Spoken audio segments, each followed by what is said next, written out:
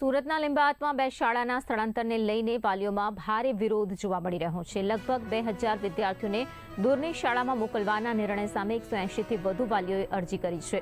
વાલીઓની માંગ છે કે શાળા તૈયાર ન થાય ત્યાં સુધી રહીમ બસેરામાં અસ્થાયી વર્ગો શરૂ કરવામાં આવે। વરસાદ, ટ્રાફિક અને વધતા ખર્ચને ધ્યાનમાં રાખીને વિદ્યાર્થીઓને નજીકમાં જ શિક્ષણ મળે તેવી ઉગ્ર માંગ સાથે વાલીઓએ રજૂઆત કરી છે। नगर सर्कल पे जो स्कूल आई है तो उसमें आज मीटिंग हुई थी, वाली मीटिंग।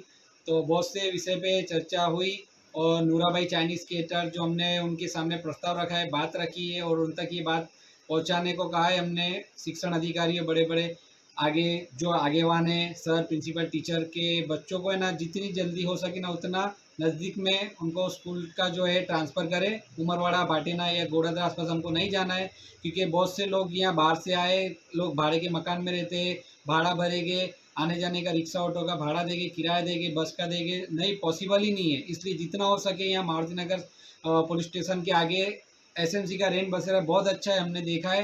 तो हो सके तो हमारी आपसे रिक्वेस्ट है कि सब बच्चों का ट्रांसफ़र यहीं करें। जब तक स्कूल ना बने तो हम बच्चों को यहाँ पढ़ाने के लिए तैयार। 200 નંબર 225 ને 119 નંબરની સ્કૂલ જે ડિમિલેશનમાં આવી છે હમણાં એ તૂટવાની છે ને અમને માંગ કરી છે આ નેન બસેરાની મારુતિનગરની નાકા ઉપર છે તે તો અમને તે મળી જાય તો સારું છે ને નાના નાના ભૂલકાઓ છે તો એમને એમ કહેતા હતા અહીંના આપણે હાઈસ્કૂલના સર લોકો કે અમે તમને ઉમરવાડાની સ્કૂલમાં શિફ્ટ કરી નાખીશું પણ અમને ત્યાં નથી જોતું, અમને મારુતિનગરના જે નેન એ છે તે અમને આપી દો તો બહુ મહેરબાની થશે બધાની।